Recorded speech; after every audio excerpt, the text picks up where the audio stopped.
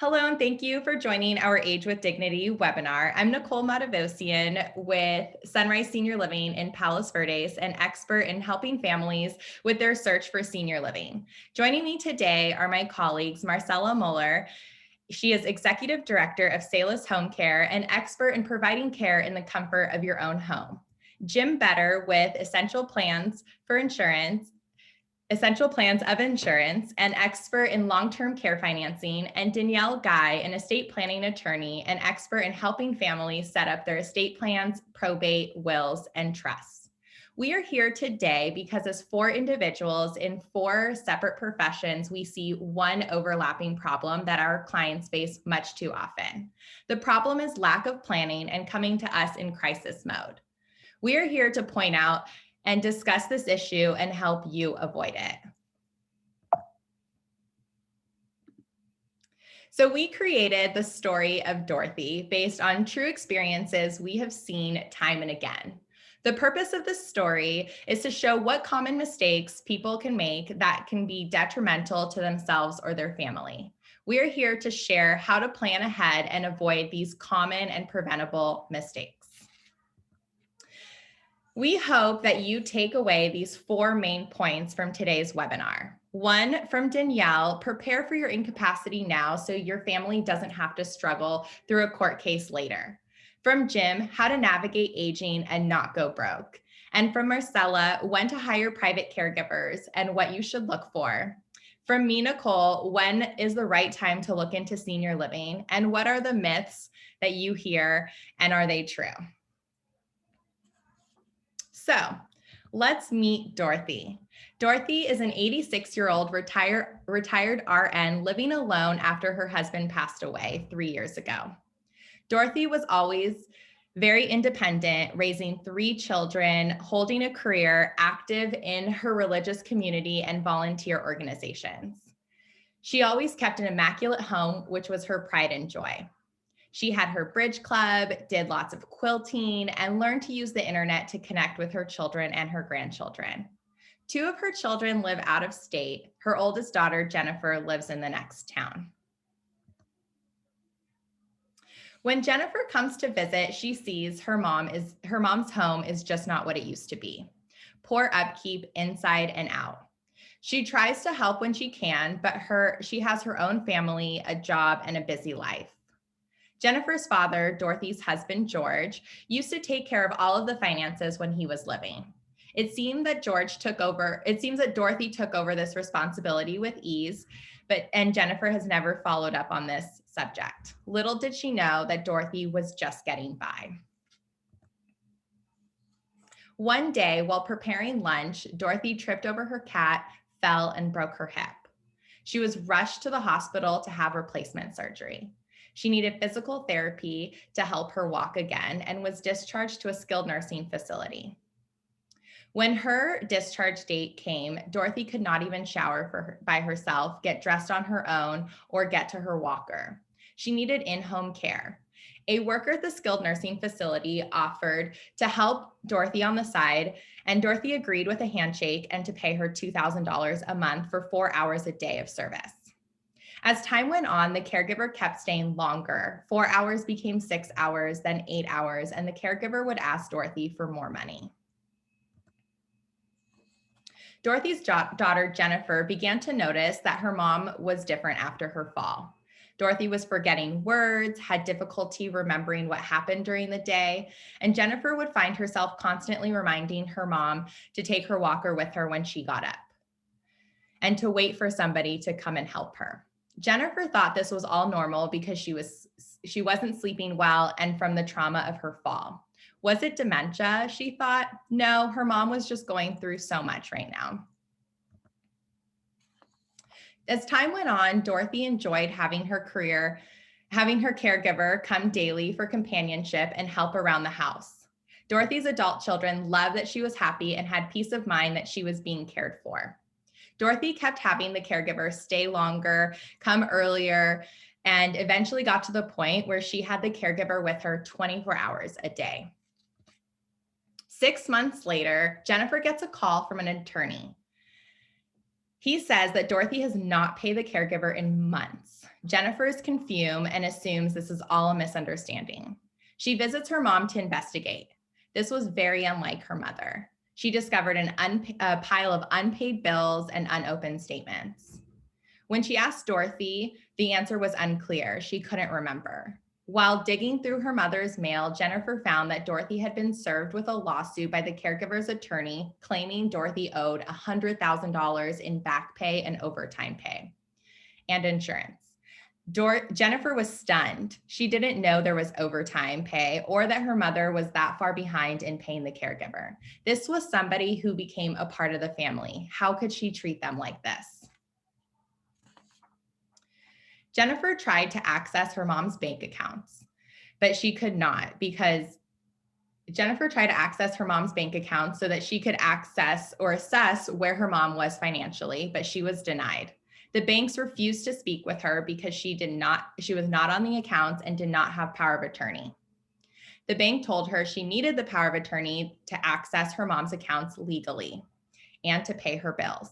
Unfortunately, the process was no longer that simple because Dorothy no longer had the mental capacity to give her daughter permission, and they learned that they now needed a physician to intervene. Without access to her mother's accounts, Jennifer could not afford to float her mom's expenses all on her own and needed to involve her other siblings. One of the children decided to look into assisted living community and learn that memory care is what Dorothy would need. They quickly discovered that since Dorothy no longer had the capacity to make her own decisions, they would not be able to move forward without conservatorship or power of attorney. It would give them the peace of mind they need for Dorothy's care, but the total cost would be $9,000 a month in the memory care. Due to not being able to access Dorothy's accounts for payment, the children would all have to pitch in financially. The problem is that they're not in agreement to equally pay for Dorothy's care. Jennifer's brother is extremely well off and could easily cover the cost of his mother's care, but feels that it should be split equally between the three siblings. However, Jennifer does not have any money to contribute and feels that she contributes by physically being there for her mom. This has added so much stress to an already stressful situation with Dorothy. Eventually, after a long, drawn-out, expensive court process, Jennifer becomes conservator for her mother, Dorothy. She uses all of Dorothy's investments to settle the caregiver lawsuit and is left with a few options for Dorothy's future. With the family refusing to contribute, Dorothy cannot afford the private caregiver any longer or the memory care community. And Dorothy's only resource is now looking into government assistance such as Medi-Cal. She's on a waiting list for a long-term bed at a nursing home where she will live out the rest of her days. A short 9 months later, after moving into the nursing home, Dorothy contracts an infection and passes away. Life could have progressed with much less heartache and expense for Dorothy and her children. If only Dorothy and her husband, George, had consulted with experts, their dream of not burdening their children would have been fulfilled. All of the drama could have been avoided with some advanced planning. The children are learning about their own futures and sparing their children of this kind of crisis. This tragic real-life story that we encounter way too often in our professions. As experts in this industry, we want to provide you with the tools to help you avoid this crisis from happening to your family. So let's first hear from Danielle. Hi, welcome, and thank you so much for being here today. I am Danielle Geye of Wiezorek Geye, and I have an estate planning law firm with my sister, Shannon Wiezorek, located in Long Beach. As the lawyer of this group, I want you to leave this webinar knowing exactly what legal planning you need to do to avoid ending up like Dorothy. I see it all too often in my profession when a family member dies or becomes incapacitated and has done no planning. I see families fighting, relationships ending, a judge, a stranger deciding what's best for you, a drain on the family resources, and having to go to court to accomplish what you could have easily accomplished just by doing some simple planning ahead of time. I'm here to talk about 3 easy things you can do now to avoid the heartache for your family in the future should you become incapacitated or pass away so you don't end up like Dorothy. So, number 1, first, set up a power of attorney while you still have the mental capacity to do so. For Dorothy, it was too late. This is one of the most important things you can do. Even though Dorothy had money to pay for the caretaker, her daughter could not access her funds. Dorothy had not set up a power of attorney while she still had capacity. Should you become incapacitated and not have this legal document already in place, your family will have to go to court, just like Dorothy's family did, just so that they can pay your bills. And in court, who do you think decides who the best person is to handle your finances? The judge, a stranger who does not know you, doesn't know your family dynamic, or is familiar with your assets like a family business.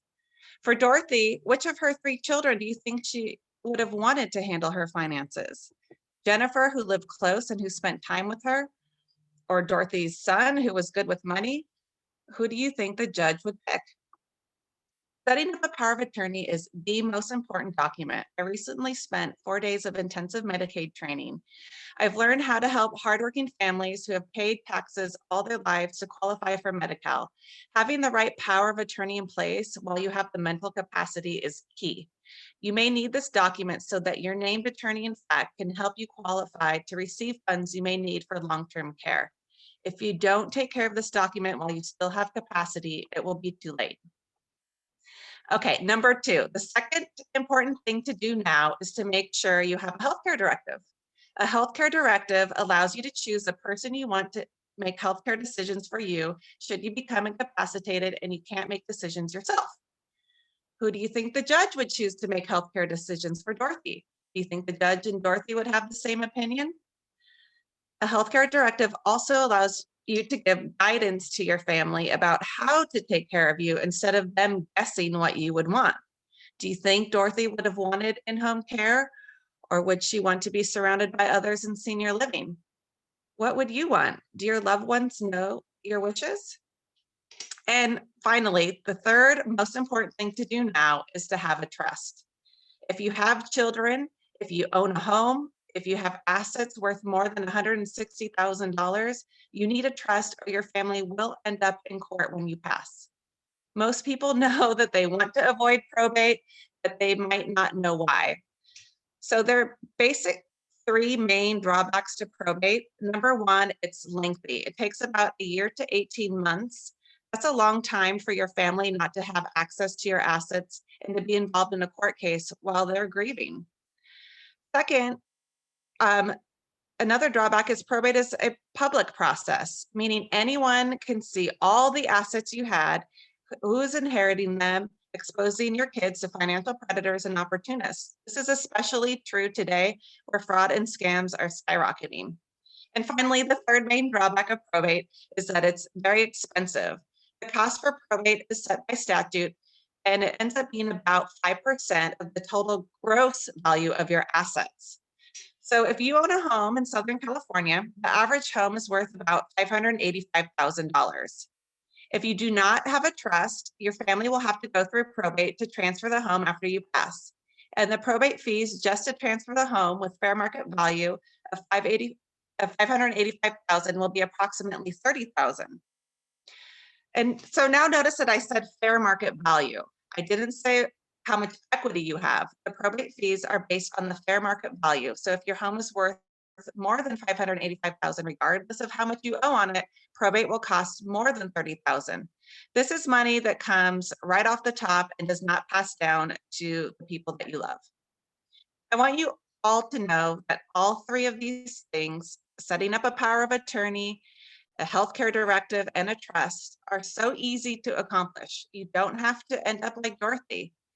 I'd love to work with you to set up a plan that's going to work for you and your family when you need it most. Setting up an estate plan now while you're able to is such a gift to your loved ones so they can avoid ending up like Dorothy. Please take down my number or email at the end of this presentation or send me a note in the chat and we can set up a phone call to talk about your personal situation and how I can help you. Thank you. And now we will hear from Jimbetter. Thank you, Danielle. George and Dorothy needed to prepare to cover their long-term care expenses. Government statistics show that women generally need to prepare for 3.4 years of help. Men, 2.8. I guess women just live better in captivity. And those are averages. It can be much shorter, of course. Hoping for happy, healthy, and dead on the same day would be ideal, but it really works out that way. And the current cost for senior or memory care facilities in Southern California, wait for it, over $100,000. Now, where does that money come from? Let me explain what this part of the aging process is all about. It's not about IRAs or home equity or insurance. It's about sustaining your lifestyle for as long as possible. It's about your risk of losing your independence, about watching your money go for care, and it's interfering in the lives of your children and other family members. George and Dorothy needed their retirement plan to include healthcare costs. Often healthcare cost is limited to what deductibles are in Medicare, but it's not just healthcare costs through the government. It's what long-term care is. What Dorothy and George found out is that all their money could go for senior care or a nursing home. That's not what they wanted for their money. They wanted to leave the inheritance for their children. And I'm guessing the children would agree with that. Had Jennifer and her siblings been on top of things, they would have had a conversation with George and Dorothy years ago to understand their wishes and maybe find a way to preserve their inheritance.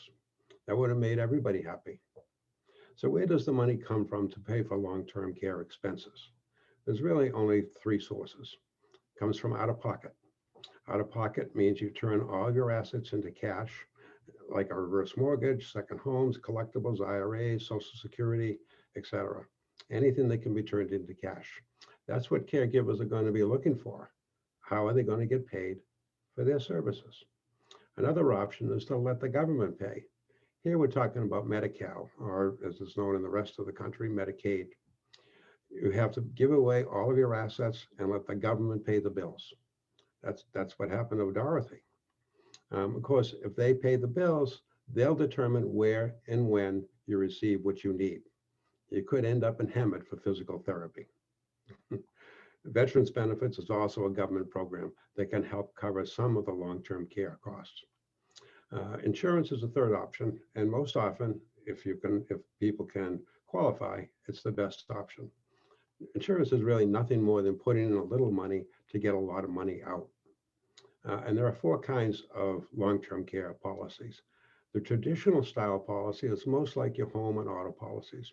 You pay the premiums for as long as you need coverage. It's different though, in that if you need care, then the claims stop, the premiums stop, but coverage starts in.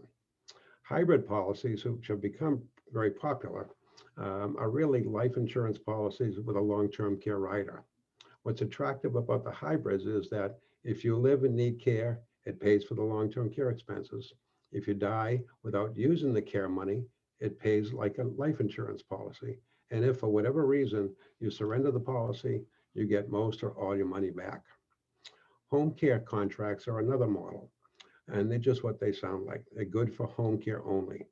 These contracts are unique because there is no underwriting. You can't be declined as long as you're not already receiving long-term care. And annuities are a fourth option. It's another way to leverage your money. Underwriting is limited. If you get 2 or 3 times your deposit to cover expenses. And if you don't need care, well, you can use it and turn it into create an income stream. George, Dorothy, and their children's lives would have been a lot easier had there been insurance money to pay for their long-term care. When it was all over with Dorothy's passing and the children had a chance to catch their breath, what was the first thing they did? They took action. They started to look around for a pool of money to pay for their care. They were young enough and in good health and expect to qualify for a long-term care insurance policy. They had heard that insurance was very expensive, but were surprised to learn that they could purchase a $300,000 long-term care policy for about what it cost for their cable bill. They plan to stay independent as long as possible, save the money, and not become a burden to their children. The last thing they want is to have their children have to come and change their diapers.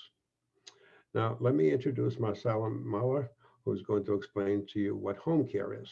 Marcella? Thanks, Jim. I'm Marcella Muller. I'm the Executive Director with Salus Home Care in Los Angeles. And we have offices serving clients in LA County, Orange County, and San Diego County. So where do you want to live when you get to be Dorothy's age? And I bet you answered your own home. And there are a lot of advantages and benefits to staying home as you get older. And we want to ensure that that is done safely. The benefits of having in-home caregivers is that the care is designed specifically for what you need and how much you need it. The goal is to come alongside and empower you to live your best life as safely as possible. So how do you know when in-home care is right for you or your loved one? Many people hire in-home caregivers when they just can't get around the house like they used to, when they're no longer driving, or when there has been a major medical change. For instance, in Dorothy's case, having a fall or a new diagnosis such as Alzheimer's disease, Parkinson's disease, or cancer, or after a hospital stay for surgery or a medical procedure. These are significant events that will most likely alter your life going forward. Now, caregivers help with activities of daily living, and really they help to drive to doctor's appointments, to run errands, help with meal preparation, do some laundry, light housekeeping. And as your needs change down the line, like walking becoming more difficult or your memory getting worse, caregivers become more hands-on with those activities of daily living. They will help with personal hygiene, to assist with bathing and dressing and going to the restroom and more. So think of home care as a spectrum. You can have a little bit of care, like 4 hours a day, to a lot of care, 24 hours a day. And from a little bit of assistance to a lot of assistance. Again, it's reflective of what you need and what your loved one needs. Always with the goal to come alongside a person to age with dignity safely in their home. Now, there are 3 major components I want you to look for when you're hiring a caregiver. First, I want you to hire a licensed and bonded caregiving agency, as opposed to a friend of a friend or a neighbor. What a licensed agency means is that they follow all state guidelines for employment for the caregivers. They are the employers, not you. The agency will also carry workman's comp insurance, protecting you if the caregiver is to get hurt while on the job. And I'm hearing back surgery sometimes. Being bonded means that they may cover, but bonds will cover any damage or theft that might occur. And then the second thing I want you to look for is a home safety evaluation. Having a trained professional from the agency come to your home and conduct a safety evaluation is really important. They will give you recommendations on how to adapt your home so that your loved one can be safe to receive the care in their home. Again, safety is at top of mind. And then thirdly, the last thing I want you to look for is a case management oversight. When you're interviewing agencies, ask who your go-to person is once you become a client. Do they have someone designated for you? And that designated contact is really key to the success of your loved one's safety and aging journey, as well as the oversight for the caregivers in the home. Again, this is just a few quick points to help you navigate the process of looking for in-home care for yourself or your loved one. I'm happy to provide more in-depth information or even provide a free consultation for you individually. You may contact me via email or by phone. Thank you. And next I'm going to introduce Nicole again to share about senior living. Thank you, Marcella. So we I'm going to talk a little bit about assisted living and memory care. I work, as I had mentioned, at Sunrise Senior Living in Palos Verdes, although Sunrise Senior Living is nationwide and we have many locations. So depending on where you're looking, we might have a location near you. So we all might face the fact that living at home and maintaining a home has its challenges. As we get older, our physical and our mental health decline, and that is something that should not be ignored. We need to accept those changes and nurture our body, mind, and spirit through all of the changes. So, when is the right time to start talking or thinking about moving to senior living? For Dorothy and her family, unfortunately, it was too late. And for most people that call me, it is in that crisis mode.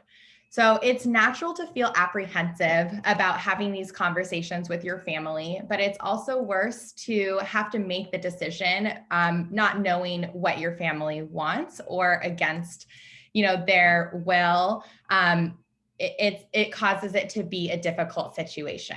And while it is our instinct to avoid talking about moving away from your home until it becomes an emergency, it's always more productive to prepare yourself and prepare your family and start to have those conversations early on. So we want you to avoid ending up in Dorothy's devastating situation and not being able to decide where you want to live. It's very important to do your research. What type of care does your loved one need? Is it independent living, assisted living, home care, memory care, nursing care? I know that it could be very confusing. Sunrise offers a really great care questionnaire on our website that you can take. It's a short questionnaire and it'll help you determine what kind of care your loved one needs. So let's get into myths. There's lots of myths about assisted living. I myself had them before exploring this industry and working in this industry. The number one myth is assisted living the same as a nursing home? No, it is not. That is false. A nursing home is typically for short term, and it's typically to rehab after a fall, a stroke, or some medical situation that might have happened. Whereas an assisted living community is more of like an apartment complex or a condo for seniors that also has care 24 hours a day and lots of included amenities. Number two, I shouldn't move until I can't take care of myself. I personally think that's false, although that is a very personal decision. People that typically wait end up in a situation like Dorothy, though. So if you have the opportunity to plan ahead, do your research, find the place that you would consider calling home in the event that you were not able to stay in home. You can prepare your family with that knowledge so they know exactly where you want to go at that time, if that time comes. Myth number three, I will lose my independence if I move to an assisted living. False. Here at Sunrise, we really encourage independence. The way that we provide our services really encourages the independence to our residents. And when they live here, they have their independence. They have their own apartment. If they still drive, they can have a parking spot. They can go and come as they please. So there's no restrictions in that area. You definitely won't lose your independence. If anything, you'll probably find more independence because you're no longer worrying about the upkeep of a house. And that is very draining. Myth number four, I will have no privacy. Also false. Our residents one of their personal rights is their privacy, and they have their own apartment, which is their own privacy. And if a caregiver or a housekeeper or an employee needs to come to their apartment, they will knock before entering. Myth number five, the food is terrible. Very false. I can't speak for all assisted living, so I highly suggest if you are looking into assisted living, you always make an appointment to have lunch or dinner there to give their food a try. Here at our community in Palos Verdes, it is amazing. Our chef, Peter, is wonderful. I personally eat here every day and enjoy it. Myth number six, it is too expensive or more expensive than living at home. So I think in the story, you can see that yes, assisted living is expensive and nationwide it is. And that's not something that's going to change because it does include a great deal of services there's a lot of value for what you're paying for. So you have to do your research and, make those plans ahead to see this is a great opportunity. I know that when I get to this age, I hope that I have my finances in line to be able to afford something like this. So it's really important to look into that. But when you're considering costs, when you're looking at staying at home, you have all the expenses of your home, your mortgage, your groceries, your car, your insurance, your utilities. And then if you add care on top of that, that's including all of the costs. And that's where it can grow up to, depending on what the care you need. If it's just a couple hours a day, it might not be as expensive as senior living. But if it goes to be 24 hours a day, that's where the costs do increase. So it is a personal decision. Of course, you plan out your finances depending on what your choice will be when you get there. But when you do look at the expenses, because we do include a whole great deal, typically the overall cost is comparable to what it would be like staying at home with not the 24-hour care. And here you do get the 24-hour care. So that is definitely a huge benefit. I just want to go over some statistics. 70% of seniors will need some sort of daily assistance. So as you learned in Dorothy's story, the cost for her 24-hour care can be upwards of $20,000 per month. And even if you look at 8 hours per day, you're looking at about $6,000 per month. And then, like I mentioned, on top of the cost of your home on top of that. The average cost for assisted living in the US is $5,000 per month. However, it does vary based on community. So if you're looking at a community like ours in Palos Verdes, it starts at about $6,000 per month and goes up from there, depending on the size of apartment and how much care is needed.